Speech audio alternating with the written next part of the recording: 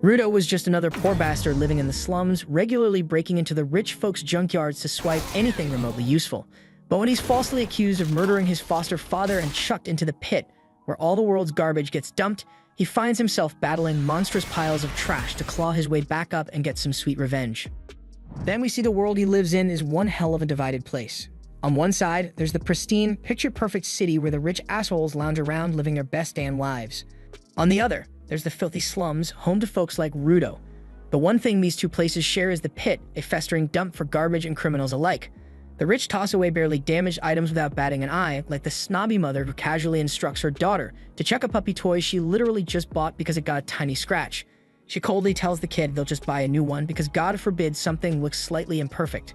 The daughter agrees, and her mom heartlessly tosses the toy puppy into a garbage chute, sending it straight down to a truck parked in an underground tunnel, headed to the massive trash heap. Little do they know, young Rudo is already lurking around down there, eyeballing whatever goodies these spoiled brats have tossed out. Sneaking into the trash collection area, Rudo slips into one of the storage rooms. But his luck sucks as usual. A nosy-ass guard hears a suspicious noise and immediately bursts in to catch him digging through the trash. Pointing his gun at Rudo, the guard starts shouting, calling him a filthy degenerate who's ruining the city's beauty by hoarding garbage. Rudo doesn't even flinch, having heard worse insults every freaking Sunday. The guard sounds the alarm and reinforcements arrive in no time. Fed up, Rudo hurls bags of garbage at them, and these neat freight guards completely lose their minds at the sight of some raw eggs staining their precious uniforms, freezing up uselessly as Rudo scrambles up the vent and escapes. Rudo pops out of the vent close to the exit, but of course, the gate slams shut right in his face and more guards flood in, guns blazing. But Rudo effortlessly dodges their bullets like a Parker expert and charges straight toward the exit, and he stays perfectly safe because the guards clearly sucks at shooting. Just as he's about to leap over the wall, one lucky shot grazes his arm, pissing him off even more, but he's already out of sight before they can catch him. As the dumb guards waste their time searching for him, Rudo climbs out of a sewer hole, cursing under his breath about the sheer stupidity of guarding literal garbage that nobody else even wants. The following morning, word about the damned garbage thief spreads like wildfire through the city, and of course, all the rich assholes instantly blame it on the slum folks. On the other side of the wall, the slum dwellers know exactly who's responsible because this ain't Rudo's first time dumpster diving. Hell, half of them secretly hope he finally gets caught just so he'll stop dragging their reputation deeper into the shitter. Rudo couldn't care less about their opinions though as he sets up shop, proudly displaying all the fixed-up junk he scavenged. Just then, his friend Chua storms over, pissed off, demanding to know why the hell he risks his neck for a bunch of city people's garbage. He shrugs her off, telling her those rich bastards toss away perfectly good stuff like it's nothing, so he feels sorry for the poor things and figures if he can make some cash off them, that's just a bonus. Chua seems to get it, but right then, three little asshats show up, dramatically pinching their noses and complaining loudly that something reeks worse than a sewer around here. They warn Chua to stay clear of Rudo or else she'll smell just as bad. They roast Rudo's thick black gloves, saying he probably hasn't washed the nasty things since the days of the dinosaurs, and joke that just one touch from those disgusting mitts would give someone a lifetime of rashes. One kid takes it further, kicking over the lantern Rudo had just fixed, sneering that no one in their right mind would buy that piece of junk. Then the little brat mocks Rudo's hands themselves, calling them even creepier than his crusty gloves and saying that's exactly why he keeps them covered. Rudo silently endures the roast session, but the second one of them crosses the line by calling him a murderer's son. His patience snaps, and his eyes flare with sudden rage. Yet they keep running their mouths, saying the slums were built to cage criminals and all the residents here are just their messed up descendants. That's why most slum dwellers try so hard to keep their reputation clean, and Rudo's foster father tarnished that reputation by committing murder. At that point, Rudo unleashes a death glare so intense, the kids damn near shit themselves, scrambling away while shouting insults from a safe distance, claiming Rudo will end up just like his father. Rudo just quietly gets back to fixing the lantern, and Chua steps closer, softly reassuring him that she knows deep down he's a good guy and nothing like his father. Rudo immediately gets awkward and red-faced at the compliment, but before he even stutter out a thank you, Chua's eyes catch sight of the puppy toy he'd grabbed from the dump last night. Turns out he'd picked it specifically as a gift for her, hoping to finally level up his pathetic-ass charisma stat. But just as he's about to hand it over, Chua's mom storms in, interrupting his moment and dragging Chaiwa away before he can complete his cute mission. After that awkward-ass moment, Rudo heads back home only to find his adoptive dad Ragto chilling there waiting for him. Ragto immediately starts clowning him, perfectly mimicking Rudo's nervous fumbling when he tried handing Chua the puppy. Rudo goes bright red, embarrassed as shit because he had no clue Ragto was watching the entire disaster unfold. Racto laughs it off and says they'll discuss his pathetic love life later, but first he needs to talk about Rudo's latest junkyard adventure. Racto gently reminds him there's no need to push himself so much, as they're not completely broke. He figures Rudo probably feels indebted because he adopted him after Rudo's biological dad got thrown into that hellhole for murder. Rudo quickly insists that's not how it is. He genuinely thinks of Racto as family and is just doing his part. With a knowing smile, Racto advises him to be equally honest with Chua, causing Rudo to fluster so badly that he accidentally reopens his wound from the gunshot last night. So Racto instantly tends to him, carefully applying first aid and changing the bandages on his hands as well. Looking at his scared up hands, Rudo remembers they've been screwed up for as long as he can recall. Everyone always judged him for it, and sometimes they'd randomly hurt like hell for no damn reason until Racto hooked him up with those black gloves, which somehow magically eased the pain. After finishing up the bandaging, Racto bluntly tells him he better hurry and confess to Chua before some other asshole steals her away. As they bicker and joke around, some creepy bastard wearing a mask listens silently from the shadows outside, spying on their entire conversation. The following morning, Rudo finally gets off his ass, builds up the nerve to confess, grabs the puppy toy, and heads straight to Chua's place. But of course, shit never goes smoothly, because along the way he stumbles onto a scene that's sadly not uncommon around these parts. At the slum's edge is the infamous pit, the dumping ground for garbage and hardcore criminals. Today, they're throwing another poor bastard down into that godforsaken hole. Rudo watches, unable to look away, wondering just what the hell actually happens to people who get tossed in there. Out of nowhere, Chua pops up right beside him, commenting casually about how messed up the scene is, nearly making Rudo jump out of his skin because he wasn't mentally prepared to see her yet. Completely oblivious to his panic, she casually continues chatting about the executions and other messed up shit before suddenly turning serious, telling him she doesn't want to see his dumb ass thrown down there. She admits there might be valuable stuff in that garbage pit, but it ain't worth risking his life over. Rudo quietly mutters that Racto said the same exact thing, and with a gentle look, she tells him that's because Racto also genuinely cares about him. It takes Rudo's potato-powered brain a solid moment to realize that when Chua said Racto loves him too, she was low-key confessing that she also likes him. Chua quickly turns bright red, clearly embarrassed as hell by how her words sounded, but it's already too late. Rudo is gone, mentally checked out, short-circuited completely. He collapses dramatically to the ground, covering his face like an idiot before finally gathering the courage to hand over the puppy toy, nervously mumbling that even though it came from the trash, the puppy would definitely be happier with her.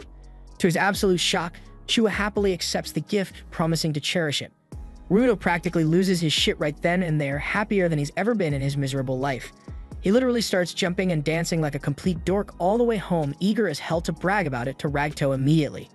Along the way, he bumps into a bunch of guards who don't even bother acknowledging him, which is weird, but whatever. He's too giddy to give a damn why they're roaming around the slums today. He then bursts through the front door, excitedly babbling to Racto about everything that just happened. But his words catch in his throat when he sees Racto collapse on the floor, pinned beneath some creepy-ass masked bastard. The masked dude calmly turns to look straight at Rudo, then coldly plunges his knife even deeper into Racto's body. Rage completely overtakes Rudo. He charges at the murderer, but before he can even swing a punch, he gets clocked so damn hard he doesn't even feel himself hit the ground. By the time Rudo regains his senses, the masked asshole has already finished the job. The killer casually picks a book off the floor and strolls out, barely giving Rudo a second glance. Rudo tries crawling after him, desperate for vengeance, but then a weak voice stops him in his tracks. Racto is somehow still hanging on, barely breathing, and with his last ounce of strength, he begs Rudo to run.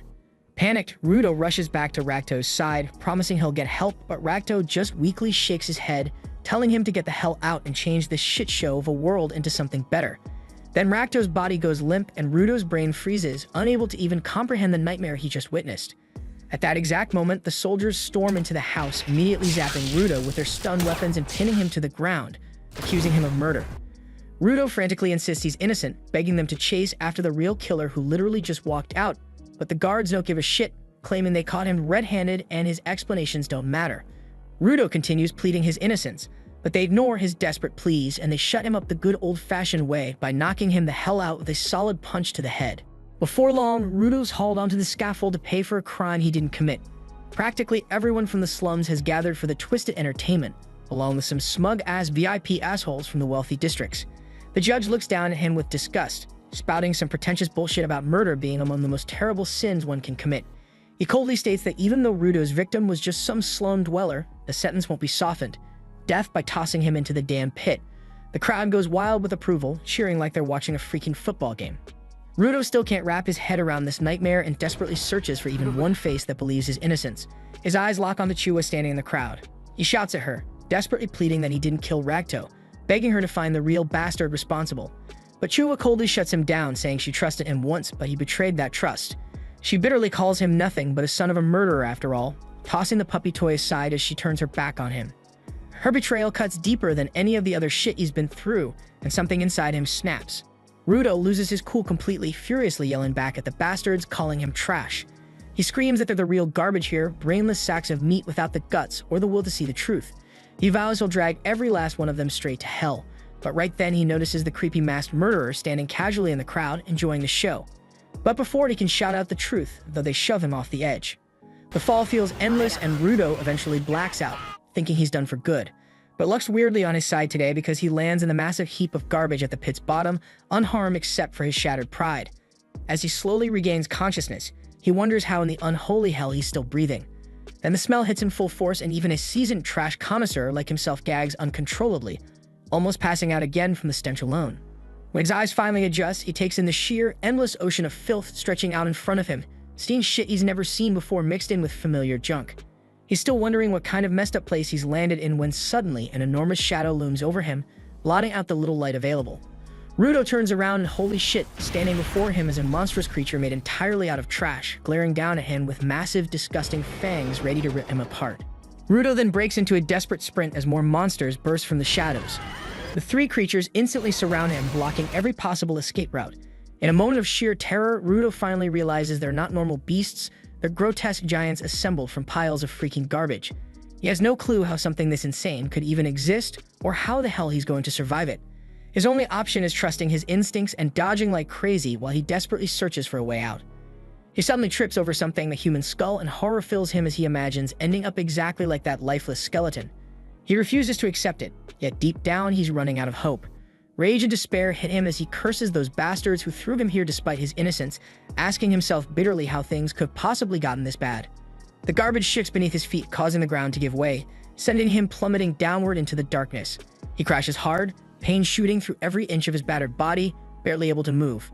He can't catch his breath, the filthy air slicing through his lungs like glass with each gasp. He knows he's out of time, so he desperately scans around for someplace safe, but sees nothing except endless hills of trash. The cruel reality sinks in. This nightmare might really be how it all ends. He coughs violently, blood spilling from his mouth, proof that his body is beginning to shut down even though his mind refuses to surrender. The creatures move closer, ready to finish him off. Exhausted, beaten, and cornered, Rudo's thoughts drift to his foster father Recto, a good man who didn't deserve to die. Anger and grief fill him again. He can't quit, not now, not before making Recto's killer pay. Right then, something deep inside him wakes up, an unfamiliar but powerful force urging him to stand and fight. Using every bit of strength left, he grabs a metal pipe lying nearby and forces himself to his feet.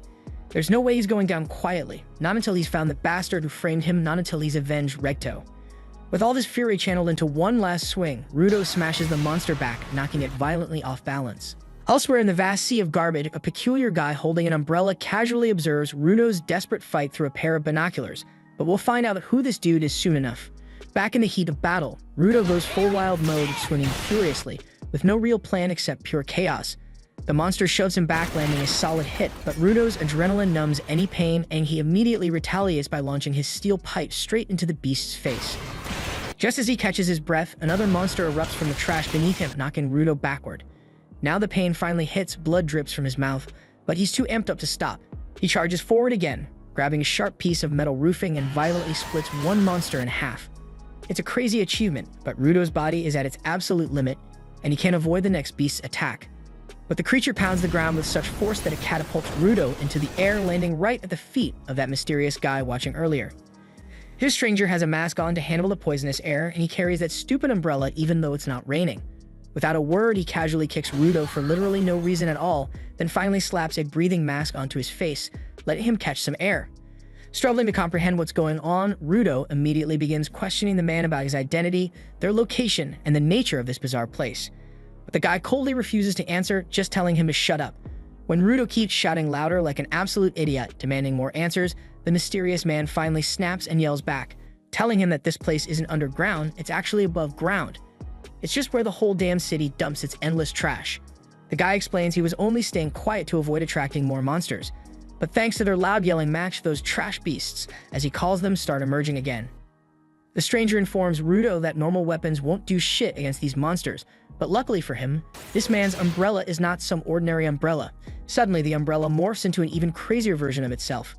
Calmly and coolly, the guy points at the nearest monster, and with a powerful drill-like attack, vaporizes the beast into tiny bits. Several other trash monsters charge at them, but the guy wipes them all out with a single, ridiculous sweep of his umbrella, leaving Rudo speechless.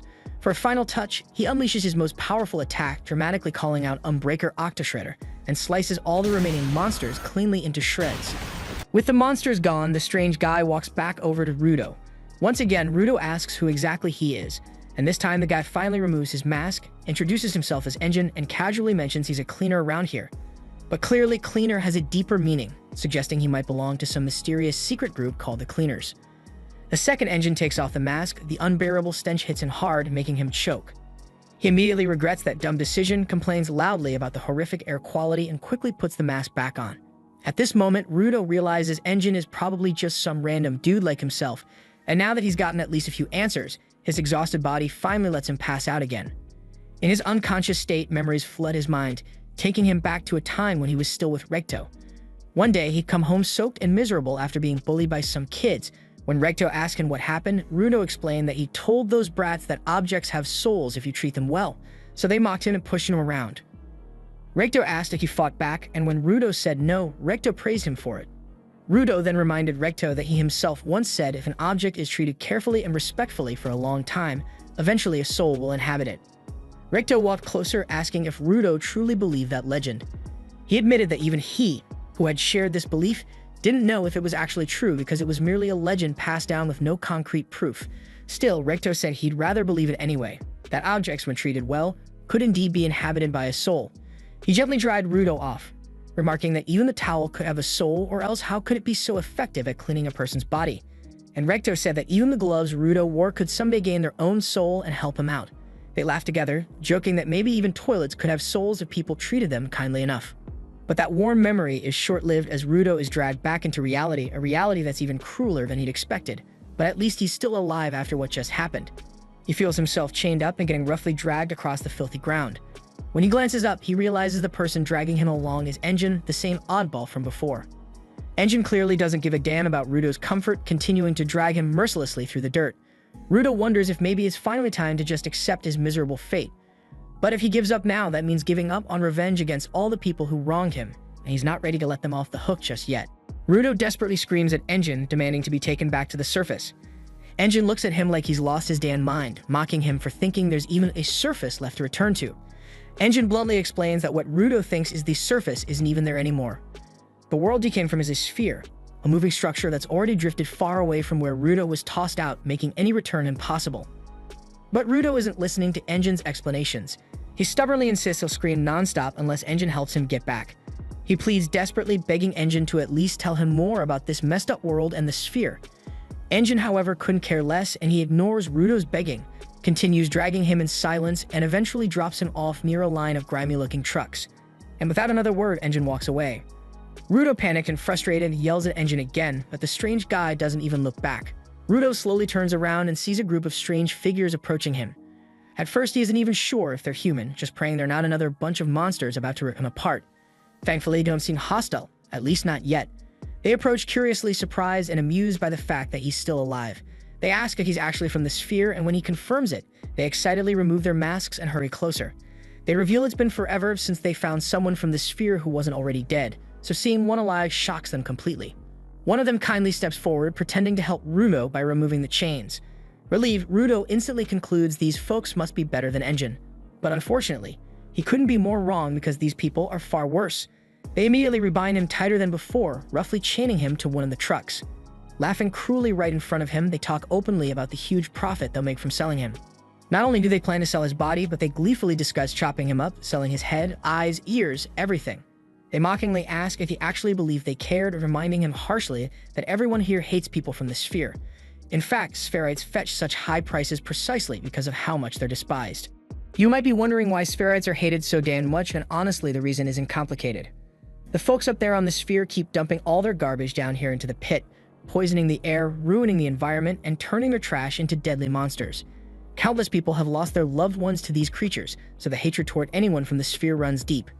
One of the men picks up a handful of trash and shoves it toward Rudo, mocking him by saying he better eat it if he wants to stay alive, since they need him breathing to fetch a good price.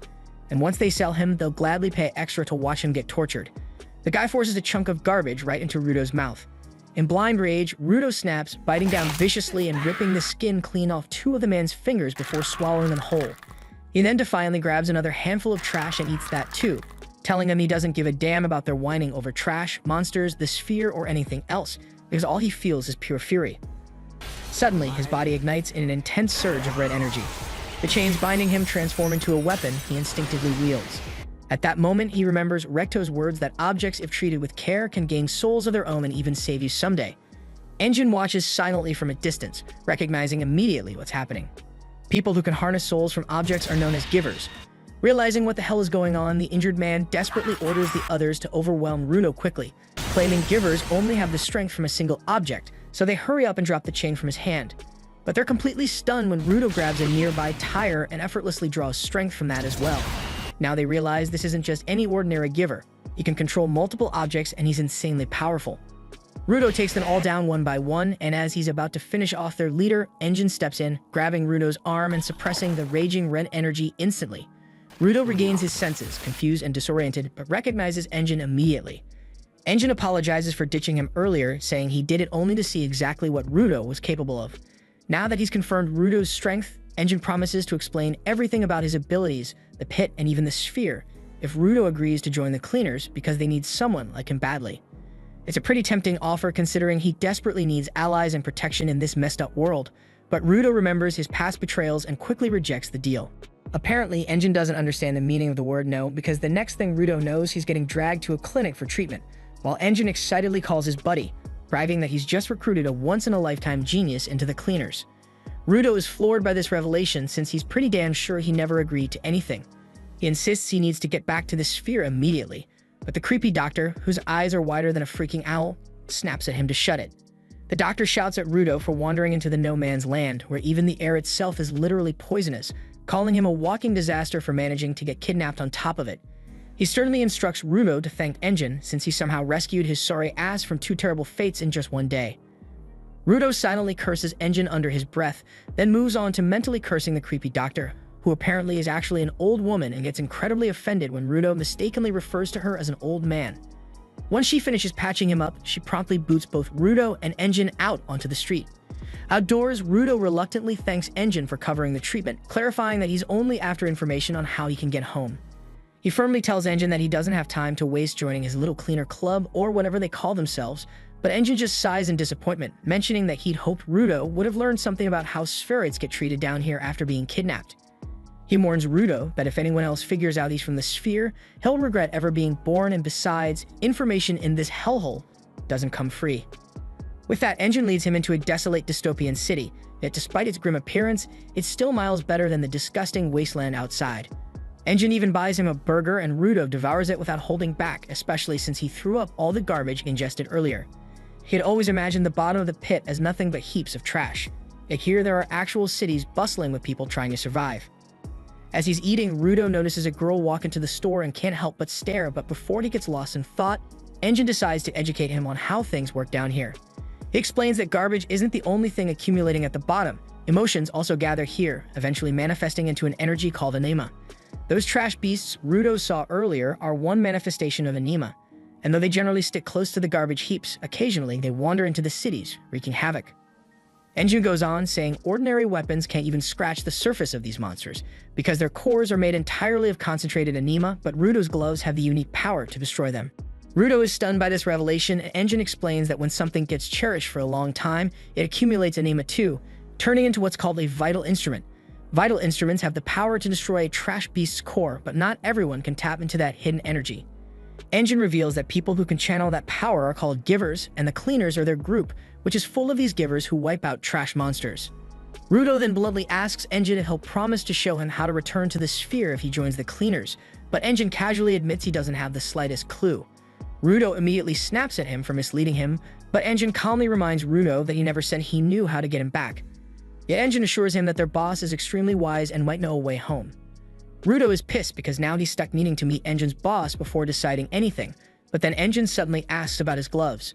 Rudo hesitantly reveals that his father gave them to him, and they're the only keepsake he has left of him. Enjin finally understands why he cares so deeply about those raggedy old gloves and sincerely tells Rudo to take good care of them, because they got a powerful soul residing inside. Rudo feels a wave of emotion, remembering how everyone else always ridiculed him about his gloves. But before the moment sinks in, Enjin gets a message and says he has to meet up with a coworker. As Enjin starts to leave, Rudo quickly stands up and awkwardly thanks him for everything he's done. In response, Enjin casually tosses a pouch of money toward him, warning him to be careful how he spends it. Rudo can't believe Enjin is just giving him cash after everything else he's done for him, but Enjin brushes it off, explaining it's no big deal because he just sold Rudo's sphere clothes for the money. That's how he could afford his medical treatment and food, so Rudo doesn't even need to thank him. Rudo completely loses his shit upon hearing this, but Enjin just shrugs and says that Rudo couldn't have walked around the city dressed in sphere gear anyway. Enjin then announces he's off to see his trainer and instructs Rudo to stay put and wait patiently. Rudo is still fuming over Enjin's carefree attitude when suddenly he sees a sneaky cat grabbing his money pouch and darting away. He immediately bolts after the thief, but the cat easily outruns him. Fortunately, he notices a crescent moon-shaped stick lying on the street and grabs it without hesitation, using it to skillfully stop the cat in its tracks.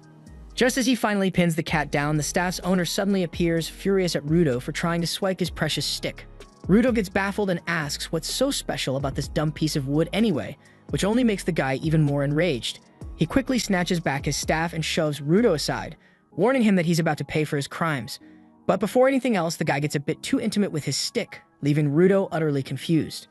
At that moment, Rudo spots the cleaner emblem, the same one from Enjin's umbrella, and realizes that this guy is also part of the cleaners. The man then activates the hidden power of his staff, turning it into a legit weapon, and takes a swing at Rudo. Thankfully, he intentionally misses since Enjin already filled him in about Rudo earlier. Calming down, he introduces himself as Zanka, explaining that Enjin asked him to handle Rudo's training. He sighs, saying he never expected he'd have to teach a brat basic manners like not stealing other people's stuff, but Rudo defensively explains that he was just borrowing the stick to get his cash back from the cat. Zanka remarks that Rudo's dad probably didn't raise him right, and that immediately pushes Rudo's buttons, because insulting Recto is the one thing he can't tolerate. Yet, as anger boils inside him, Rudo suddenly recalls something Recto once told him. If you really want someone to hear you out, step back first and try seeing things from their perspective. Taking a deep breath, Rudo admits to himself that Zanka has every right to be mad. After all, he took his precious treasure without asking. He imagines how he'd feel if someone took his gloves even accidentally, realizing it really was his own fault. So swallowing his pride, he sincerely apologizes to Zanka. The guy immediately chills out too, quickly reassuring Rudo that it's no big deal since he got his staff back, and admits he should have reacted more calmly himself. Honestly, Rudo is completely floored by how fast Zanka's personality flipped. Plus, this was the first time he'd ever managed to defuse a tense situation just by talking. He can't help thinking Recto might have actually been right about more stuff than he realized. Zanka then helps him stand up and casually asks about his vital instrument, wondering what kind of ability it has. Rudo replies that his gloves are probably his vital instrument, but confesses he doesn't really know what kind of power they've got yet. Zanka carefully checks out Rudo's gloves and genuinely compliments them, saying they're actually pretty badass. But Rudo is still hung up on how wildly different Zanka suddenly seems. It hits him that maybe it's because he's smiling now, recalling that Recto always told him smiling is key to making friends. But unluckily, smiling isn't exactly in Rudo's skill set, and frankly, he'd probably need a plastic surgeon just to teach him how to properly flex those facial muscles. Even more unluckily, Rudo doesn't know this, so he bravely attempts his best imitation of a human smile, but instead he delivers possibly the most horrifying expression Zanka has ever witnessed on a human face. Zanka immediately snaps again, demanding to know what the hell kind of face Rudo's trying to pull. He angrily asks if he's mocking him with that freakish look, and Rudo defensively questions why Zanka's mad this time, insisting that this was literally the best smile he had in him. Zanka replies that even someone blindfolded would know that abomination wasn't a smile, prompting Rudo to close his eyes and lips this time, hoping it'll look more natural. His expression is marginally less terrifying, but it's nowhere near enough to stop Zanka from being annoyed. Zanka thinks that Rudo must be feeling cocky after Enjin called him a genius, so now he's blatantly mocking him. He warns Rudo that he'll never achieve his goals if he keeps acting like a clown. That was exactly the line he shouldn't have crossed. Suddenly, Rudo's mind flashes to his goal of returning to the sphere and fulfilling Recto's final wishes, so he firmly tells Zanka that he's dead serious about all of it. He demands Zanka stop insulting him, prompting Zanka to whip out his weapon again, stating bluntly that they're probably not gonna get along after all. Rudo completely agrees, grabbing a random metal rod from a nearby trash bin and instantly awakening its hidden power. Zanka's jaw nearly drops seeing Rudo casually turn some random piece of junk into a vital instrument, finally understanding why Engine was raving about him being a genius. However, Zanka is still confident that someone with just raw talent won't be able to take down even an average guy like him, who's busted his ass to reach this point. Rudo doesn't even realize that Zanka's trash talk was a distraction until the staff suddenly crashes down inches in front of him, forcing him to dodge frantically. Zanka immediately charges, relentlessly chasing Rudo, until he finally pins him to the ground, satisfied with his victory. But then Zanka feels something weird on his face. He swipes it off and out of sheer curiosity sniffs it, only to discover to his absolute horror that it's literal shit. He freaks out upon realizing that the metal rod Rudo randomly grabbed was actually the handle of a damn toilet plunger. Zanka frantically tries to explain what the hell a plunger even is, but Rudo isn't in the mood for explanations. Instead, he wildly swings around his newly awakened plunger, still dripping with someone's unfortunate leftovers. Zanka absolutely loses his mind, frantically dodging flying shit like it's a live grenade, and soon enough, he's sprinting away from Rudo at full speed. Rudo has no clue why Zanka is suddenly terrified, but he figures he might as well roll with it, gleefully chasing him down while swinging his plunger weapon around. After several frantic minutes spent zigzagging through random alleyways like a damn episode of Tom and Jerry, Zanka finally makes it to the main street, still pursued closely by Rudo. Just then, a random cat darts in front of Zanka, causing him to stumble and lose his balance, giving Rudo the perfect chance to catch up. Rudo leaps high into the air, swinging his plunger with every ounce of strength he has as the terrified Zanka watches in slow-motion horror. He gets completely blasted by a relentless barrage of airborne poop, knocking him clean out. A little while later, Engine shows up to see how they're doing. When he casually asks Rudo if he's already met his new teacher, Rudo simply points towards Zanka, who's currently lying unconscious atop a garbage pile, twitching and spasming like he's been possessed. Engine helps Zanka get cleaned up and gives him a lift, but he can't help but laugh hysterically about how Zanka got totally owned by literal crap. Meanwhile, Rudo is quietly traumatized upon realizing the truth about the weapon he'd been enthusiastically swinging through the streets. Engine then casually mentions to Rudo that Zanka's a spoiled brat who's never had anyone handle him quite like this before. Rudo can only silently stare at the thoroughly mortified Zanka, but suddenly he notices a random pair of boots in the backseat. Engine then turns to Rudo and says that while their first meeting wasn't exactly ideal, Zanka is still going to be his trainer moving forward. He praises Zanka, saying he's actually the best instructor they have when it comes to mastering vital instruments. Zanka clearly values Engine's words immensely, because despite being utterly humiliated moments ago, he can't help but giggle with joy upon hearing the praise. Right then, Engine addresses a woman named Rio sitting in the back, casually asking when exactly she climbed into the car. She wakes up gracefully from her beauty sleep and replies that she got curious about the new recruit. Rudo just stares in awe at her because she's drop-dead gorgeous, and suddenly, Rio reaches out to gently play with his hair, fascinated by its unique color and texture. Rudo feels like he's accidentally stumbled into paradise, completely mesmerized by the attention of a hot girl toward him. While he's lost in his dirty, dreamy thoughts, Engine smoothly drives out of the city, heading toward the cleaner's headquarters, nestled deep in the wild outskirts. Soon after, Engine cruises past some ruined cities and drives through a heavily fortified tunnel cut straight into a massive rock wall. On the other side, everyone hops out of the car and Engine casually welcomes Rudo to the cleaner's headquarters. Rudo's still zoned out from Rio, awkwardly playing with his hair earlier, but as he heads towards the building, a few annoying flies start buzzing circles around him. Inside, a hot black receptionist sits calmly flipping through an adult magazine without a care in the world. Engine introduces her to Rudo as Simu, explaining she's responsible for checking out all the new recruits. But just as she's about to demonstrate her skills, she suddenly lunges forward with a fork, effortlessly skewering the two flies buzzing near Rudo's head. Rudo stands there stunned, mouth hanging open, as Simu casually greets him. She says Engine filled her in on all the details, but she still needs to give him a personal once-over to gauge his potential. As Simu starts focusing deeply through her glasses, Engine explains they're her vital instrument, and they amplify her vision, letting her literally see what people are made of. Rudo's surprised by this revelation, but doesn't have time to process it, because Simu activates her power, peering into his hidden potential. What she sees shocks her enough to quickly deactivate the ability. Engine then asks if everything's alright, and Simu brushes it off, simply saying Rudo's athletic enough already, and that he has a decent bond with his vital instrument, though they'll definitely need some practice using it. Engine senses she's holding something back, and Simu casually admits there's some poop on the back of Rudo's neck. That shit makes Engine burst out laughing, leaving Rudo utterly embarrassed. But then as he walks Rudo away to meet the boss, he throws one more glance back at Simu, knowing full well she's hiding something important. As they head deeper into the facility, Engine fills Rudo in on the cleaners. They've got about 100 members in total, including fighters, guards, and support personnel. Most are scattered around on missions, so not many are actually present at headquarters. Engine assures Rudo he'll eventually meet everyone, but as he opens the common room door, he sees a whole crowd of cleaners gathered, and they look like a bunch of psychos. So he awkwardly slams the door shut again, deciding introductions can definitely wait. Finally, they arrive at the boss's office, but before entering, Engine advises Rudo not to immediately ask how to return to the sphere, and he suggests offering his services as a cleaner first to gain favor. Engine also warns him not to mention anything about the boss's vital instrument, as nobody knows what it actually is or what it does. Naturally, Rudo's curiosity spikes, but when they enter the room, it's completely empty. Right then, Sammy pops in and tells them the boss is away on a mission and won't return for a few days. Rudo's confused by this, but Engine casually explains it's pretty normal around here and he'll just have to wait.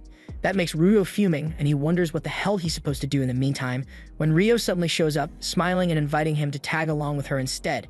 She clarifies that he can't officially become a cleaner until the boss approves him, so for now he can just tag along as her trainee, an arrangement she's happy with since she wants to get to know him better.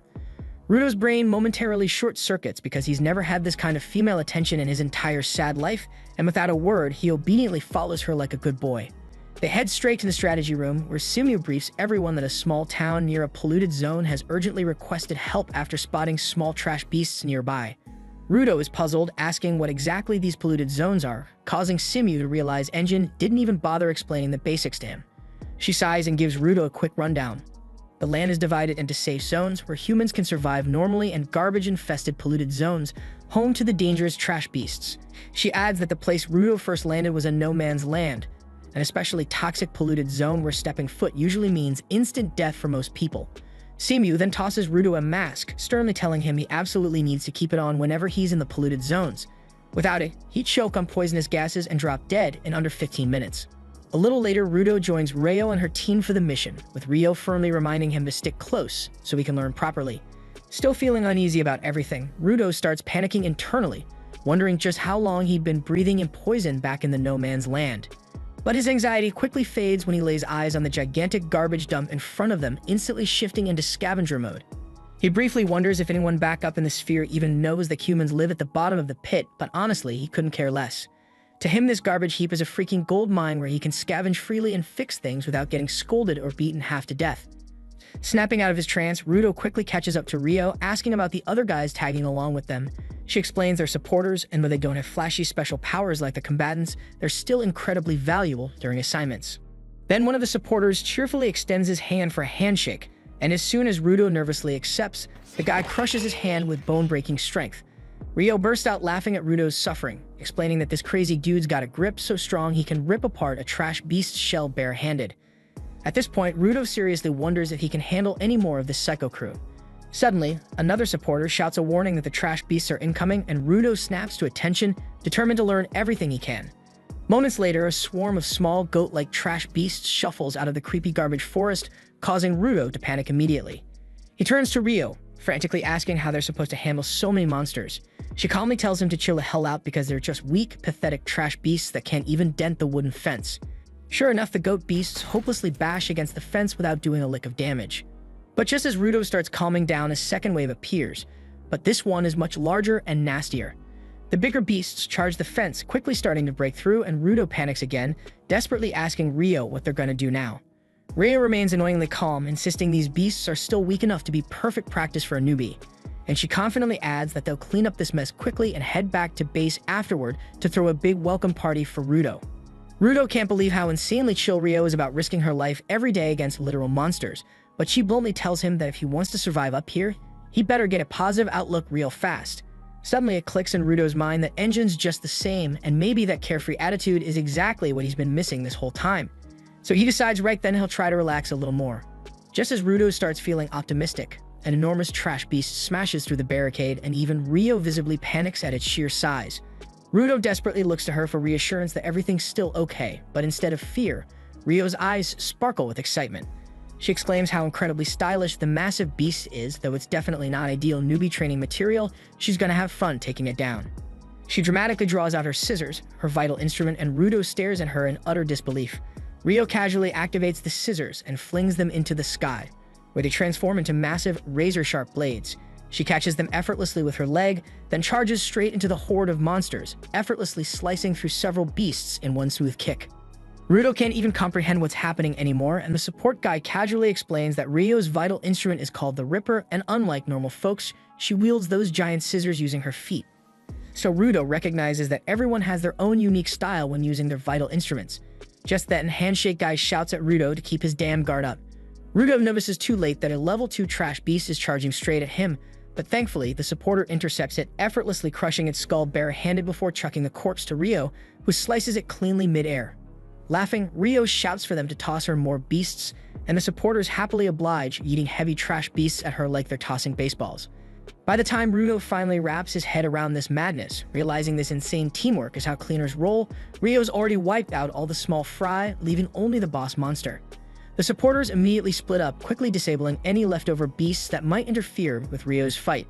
But Rudo suddenly spots a supposedly downed beast waking up, attacking one of the supporters.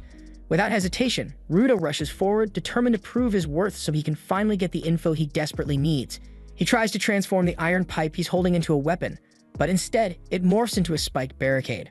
Rudo panics, realizing he's forgotten exactly how to control his power since he's only been using it on pure instinct.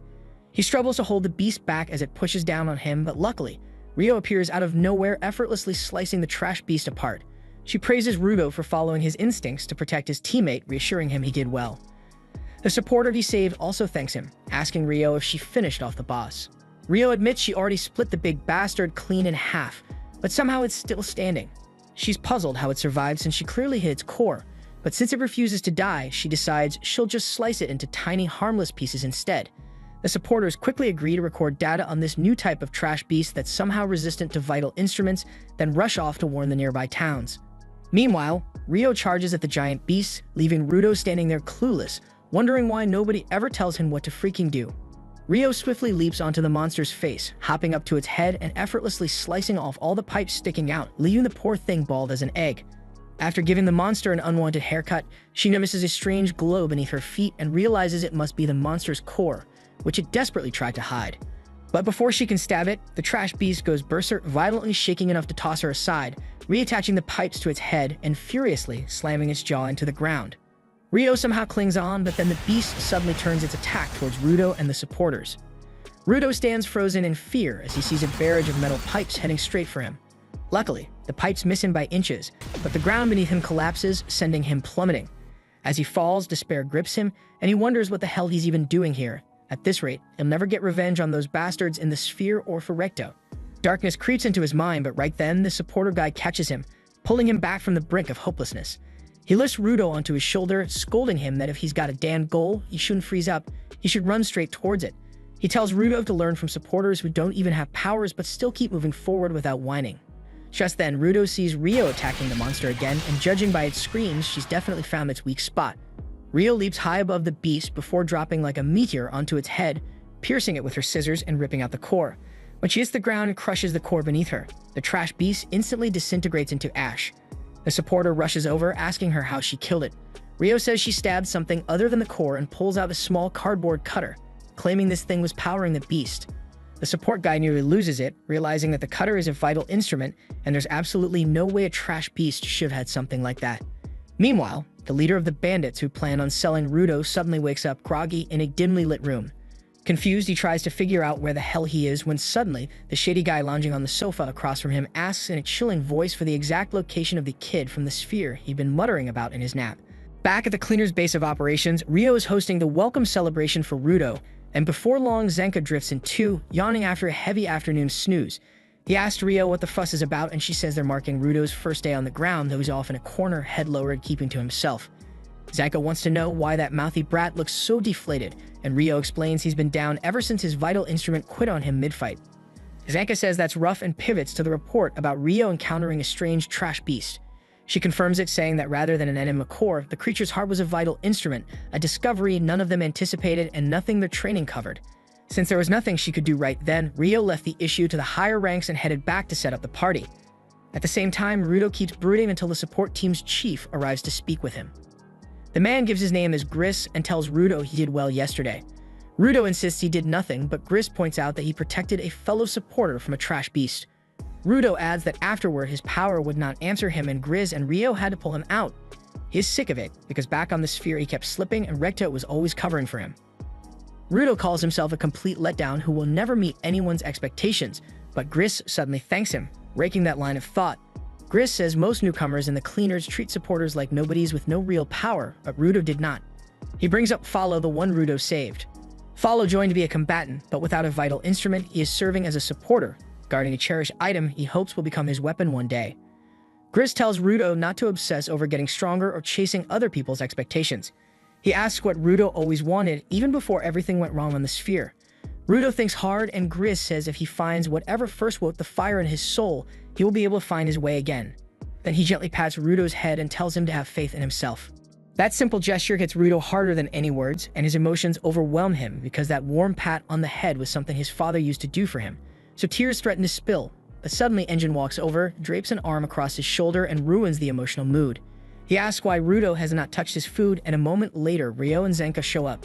They all tell him to get back in the mix since he is the guest of honor, and because the spread is disappearing fast. Moved by how much they care, Rudo falls in with them. While they eat, one guy flicks on the music and snatches a handful of spray cans. Then he starts misting the wall of color like Banksy, and Engine tells Rudo to keep an eye on the one named Gob, since he acts on impulse and ignores everyone else. As Gob sketches his mural, the others gripe at him, telling him to hold off until they finish their meals. But as already said, he couldn't care less. Down on the ground floor, the hot Simi returns to her desk, already expecting the phone to ring any second. The instant it buzzes, she picks up and takes a request. Then she calls in Zanka along with a crew of supporters to handle it. Zanka asks why Rudo is even with the squad when he has not been formally accepted into the cleaners. Simiyu says the job they just got ties directly to Rudo. She explains it came from a merchant ambushed by a trash beast while crossing a polluted zone. He got out alive, but his valuable cargo was taken and he wants them to put the beast down and recover it. This is where Rudo matters because the cargo is a living spherite. Everyone is stunned, and Simiyu notes that seeing two living spherites topside at once is extremely rare, which means something is off, so she wants Rudo to examine it himself. Rudo mulls it over, and Gris tells him to rein in his feelings before he decides. Rudo knows his power is unreliable, and that could weigh the team down, but he still wants to meet the other spherite in case it offers a clue about getting back to the surface. He chooses to go, and Zenka is not thrilled, but Simiyu knows exactly how to win him over.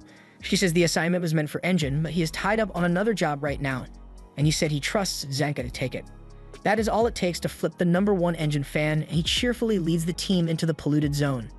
As they move along, Rudo asks Gris whether he goes without a weapon, and Gris replies that he does carry a knife, though he trusts his own hands more. One of the supporters chimes in that Gris actually keeps a talisman he prays over often, and Gris reddens, embarrassed that the secret slipped. He decides to show Rudo the charm, saying it is nothing remarkable, but it gives him something to hold on to. Right then, they spot a spooky-looking girl standing behind them. The spooky girl claims she is the merchant who hired them for this job. So Rudo immediately fires questions about the spherite, and the merchant says she was hauling her luggage when she stumbled upon an unconscious spherite. Worried for him, she picked them up to carry them away, but a trash beast attacked and made off with the spherite. Rudo presses the merchant, asking if she intends to sell the spherite, and she rejects the charge, saying she does not want that and is simply very curious about spherites. Zanka thinks the tale reeks like the dump they are heading toward. Trash beasts attack humans on sight, and they do not go out of their way to kidnap one. He decides something is suspicious, but will deal with it when the time comes. The merchant then leads them to the building where the trash beast ran after abducting the spherite. Zanka then tells everyone to stay on guard because the creature could strike from any direction, but when they step inside, the place is bare except for a single figure at the far end. The merchant says that it is the spherite and starts pushing Rudo toward them, and the other cleaners end up shoved along too. Once they get close enough, Rudo realizes it is not a person at all but a doll dressed like a spherite, yet is already too late as the merchant hops backward, telling him to hurry. The very next moment, the floor beneath Rudo's feet turns to mud, and the whole group plunges to the level below. They ask themselves what just happened, and the merchant asks whether they are all right. They answer that they are fine and ask what this place is and where the spherite is. The merchant gives a creepy laugh and points at Rudo, saying he is the spherite. Then she turns to mud and melts away. Right then, two voices hail the spherite giver, and a pair of violet electric glows glide toward them out of the dark. Zanka pieces it together on the spot, mostly because of those purple crackling lights. He knows the crew behind this are the raiders, and they are not even pretending to hide that they intend to snatch Rudo from the cleaners. Rudo, thrown by this new bunch of oddballs, hears Gris explain they are this world's bandits, and the part that makes them lethal is that all of them are givers too. He orders his squad to carve out an exit, while he and Follow will shield Rudo. He assigns Zanka to deal with the two raiders alone, and though Zanka hesitates, he sees there is no alternative. The supporters bolt the other way at once, and Gris tells Rudo to stick with them. Rudo says he can handle a pack of bandits himself, but Gris warns him not to discount the raiders, especially when they do not know what gifts they carry. Elsewhere, Zanka needles the raiders, saying he always figured they would come for Rudo, though he did not expect them to track him this fast. He asks if they intend to sell him, since a living spherite could fetch enough coin to retire in comfort. The raiders laugh and say they are not planning to sell Rudo. Rather, they are hungry for knowledge about the sphere, and a spherite is the best source they could ask for. They want answers to a lot of things, especially how he crossed the barrier and lived. Zanka is curious about the barrier claim too, but he decides to finish the raiders quickly. He says that since they orchestrated this whole setup, he does not need to worry about a trash beast. The female raider answers that he still needs to worry about the mud dolls she can create whenever she likes, and Zanka says he can swat weak targets like that with his eyes shut. He then snaps his staff to life and starts wiping out the mud dolls, but the male raider blends into the decoys and strikes from behind. And Zanka barely twists in time before the punch slams him hard into the column. Once more, the man ducks into an earthen decoy, and the female raider sneers that cleaners only ever brawl with trash beasts, so they have no clue how to handle people. She tells him this is the last round of Find the Real One he will ever play, and Zanka braces himself and throws in everything he has. He keeps smashing the clay puppets, yet the male raider keeps slipping in and punching him from behind. Zanka is boxed in now, and when he lunges for the female raider to put her down, his feet shoot out on a mud trap she laid beforehand. She says he is the only fighter in the crew who can challenge her, and once he drops, the rest will be helpless. She says his loss is only a matter of time, but Zanka barks that if she wants to keep running her mouth, she should start a podcast. He adds that at first he figured she was steering the mud puppets with that shovel, while the guy used his vital instrument to dish out the damage. And after watching them a bit longer, he realizes that the first read was off. The man is just throwing punches, and his vital instrument looks like the snowshoes that let him move freely on solid footing. Now the smooth footwork despite all the muck underfoot makes sense, and he jeers at the pair, calling them a perfect little combo. The woman snaps at that and tells him to shut up, which he absolutely does not. He says he may lack experience fighting people, but he understands his own vital instrument far better than they do. That is why he can pull off things they cannot, and she lunges at him. Zanka then slams his staff into the floor, sending a wave of sound rolling through the chamber. He reads the changes in vibration as it ripples through the mud effigies, and the moment it runs through the one hiding the male raider, he pins his location. He bursts forward at full tilt and drops the man with a single hit, then clips the female raider as well. As she blacks out, her creations collapse at once, and Zanka mutters they were nothing but rookies. But suddenly, the raider's leader materializes behind him and says he should try someone stronger if he is still unsatisfied. At the same time, Rudo and the support squad reach the egress door at last. Gris swings it open to reveal a stairwell leading up, and he orders the other supporters to head upstairs and call for reinforcements while he stays behind to see if Zanka is alright.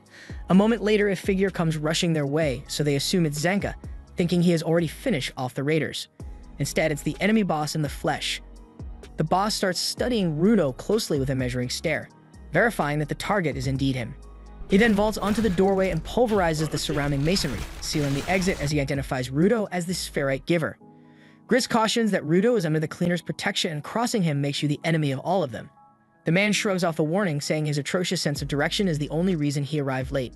He adds he never intended to give them this much breathing room and starts strolling toward them. When Gris asks about Zanka's whereabouts, the raider waves him off again and tells Rudo someone wants a word with him. The raider then wrenches off Rudo's mask, pointing out that there aren't any trash monsters here. When Rudo presses about Zanka, he says he went easy on him and only knocked him out, though the poison is probably giving him a rough time. He triggers his vital instrument, the rings on his fingers unfurling into razor claws, and warns Rudo to come quietly. Both supporters dive at him at once to try to hold him down, but he shrugs them off and slams them hard to the floor. As the boss readies his claws again, Gris steps in front of Rudo, swearing to defend his crew at any price. The boss lowers the talons and sneers about the cleaner's so-called weak supporters, claiming they're useless and can't protect a thing. Rudo tells Gris to fall back since Gris is unarmed against the raider and insists he can handle the boss himself.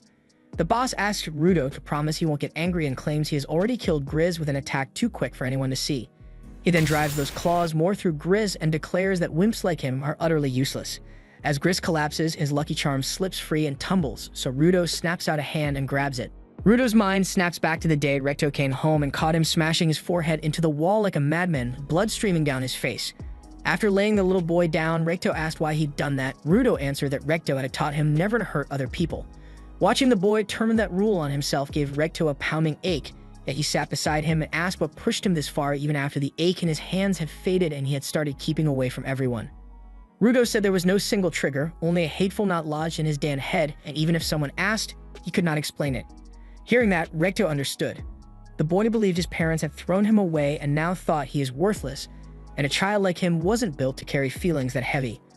When Rudo asked what worthless even meant, Recto decided first to patch him up and then take him outside because a big slice of his despair came from having nothing amusing to do. He told Rudo to go explore and try everything, until he found something that truly made him happy. He hyped him up, saying a day would come when that empty room was crammed with things he loved, then made him promise to warn him ahead of time if he ever planned on bringing a girl to the house. They then headed to Backwater Village's library to read for a while, and afterward Recto tried to teach him soccer, but the soft-hearted kid felt sorry for the ball and just patted it. Next they gave cooking a shot. Rudo turned out to be excellent at slicing vegetables, so excellent he cut straight through the cutting board, a total epic fail moment. Recto was simply pleased to see some spark in him, and there was plenty of time to figure out what truly fit. Right then Rudo spotted a villager tossing junk and asked what the man was doing. The discarded item fascinated him so much that he shoved through the doorway and dove straight into the dumpster. By the time Recto caught up, the boy was sobbing hard and clutching the object, leaving Recto unsure which feeling had grabbed him. Rudo sobbed that it was awful to throw away something with his whole life ahead of it just because it was a little broken. He kept shouting that he wanted to fix it, and Recto realized Rudo wasn't simply projecting his own hurt. He genuinely saw value in things everyone else had already labeled trash. Back to now, Rudo awakens the power sealed inside Grizz's lucky charm, and Grizz, still clinging to life, finally grasps why he himself could never get it to respond, because until this moment, no one truly understood what the charm was. Rudo's gift doesn't merely convert stray items into vital instruments. Rather, it draws out their buried, authentic worth. He reshapes the charm into a defensive armament crowned with a single oversized eye, and instead of panicking, the enemy practically salivates at the sight. Fascinated, the raider asks if this is Rudo's own vital instrument, pressing to learn every last detail. Follow then hauls Grizz towards safety and tries to administer quick first aid. Rudo recalls that Grizz is the reason he discovered what he genuinely wants to do. Without that push, he would still be adrift. With that in mind, he plants his feet and prepares to hit the foe hard. The raider boss says he loves strong givers and extends his clawed hands, introducing himself as Jabberwonger. Jabber chirps that he's here to have some fun and asks Rudo's name. Once the introductions are out of the way, he lights up like a madman, shouting that the two of them should tear each other apart, then he rockets straight at Rudo. On the other side, Follow struggles to prop Grizz up, but the blood won't stop pouring. Watching Rudo fight, Grizz realizes he couldn't act before because his emotions have fogged his purpose, but now nothing is left to distract him. Back in the clash, Jabber springs backward and clings to the wall, taunting Rudo and asking why he isn't advancing. Rudo tells him to come to him instead, and the raider obliges, vaulting over Rudo with a crushing strike. He hits the floor a heartbeat later because Rudo has already slipped out of the way. Jabber follows with a storm of swipes, yet Rudo evades every last one. When Jabber finally demands to know why none of his blows land, Rudo answers that Grizz prayed for everyone returned safe and sound.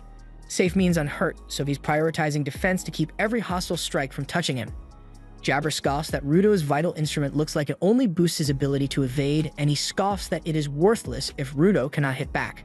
Rudo points out the thing Jabber has missed from the start. He hasn't shifted a single step, yet every blow keeps whiffing. The only one racing around is Jabber, which means Rudo is reading every pattern before it happens. When Jabber barrels in again, Rudo triggers his vital instrument and locks him in place. Because the talisman isn't an offensive tool, he follows with a clean, driving punch because fists were Grizz's weapon of choice and Rudo means to honor his buddy. Blood threads from the raider's nose, but he cackles anyway, impressed that Rudo used that ominous device to steer the exchange and finish with bare knuckles. Rudo reminds him he was the one begging for fun, and he's happy to oblige until Jabber is nothing but trash on the floor. The taunt sets Jabber off. He sneers that Rudo must be heartless to feel no guilt about being merciless, and Rudo answers that Jabber alone earns that exception. Jabber then flickers behind him to swing, but Rudo freezes him again and buries a brutal shot in his gut, sending the boss and that eerie grin skidding away. Jabber rebounds fast, ricocheting so quickly that dust veils bloom, making it impossible for Rudo's eyes to track him. He smashes pillars and hurls stone slabs from every direction, finally forcing Rudo to cover his face as Jabber charges for the finish, only for the Lucky Charm's eye to immobilize him once more. Rudo nearly caves his skull in, but Jabber slips free at the final heartbeat. Cackling like a lunatic, he lunges back in, darting even faster than before, but the ever-watchful eye locks him the instant he gets close, and Rudo blasts the lunatic away yet again. After that, the madman starts ricocheting so quickly he turns into a blur, while Rudo keeps dodging his swings and pounding him with counters. As Jabber keeps howling, Rudo shuts him up with a final 1-2 that briefly knocks him senseless and sends him staggering back until he thuds into the wall. Seeing him panting like a hound, Rudo tells him to quit already, but Jabber only grins because he hasn't been roughed up this badly in ages, and he figures Rudo did love it too. Rudo recoils at the hideous look, but the man suddenly sobers and lays out a theory. Rudo's vital instrument probably reads an enemy's murderous intent and shifts him out of danger. But he noticed while flinging those stone slabs that things without bloodlust don't trip the mechanism at all. Then, wearing a warped smile, he explains his own vital instrument Mankira, saying the right claw carries a toxin strong enough to paralyze a target until they can barely breathe. Then he suddenly drives that claw deep into his own chest. Rudo stares, baffled, while the madman laughs, savoring the pain. And that's when Jabber explains that if he blacks out from the poison and his body keeps fighting on autopilot, there will be no killing intent for the eye to sense. As he gushes about how thrilling this will be, his consciousness ebbs and Rudo watches in mute horror. As the man's body twitches, his eyes then roll back and the wall behind him blows apart. This was the end of episode 6. Subscribe to not miss the next episode.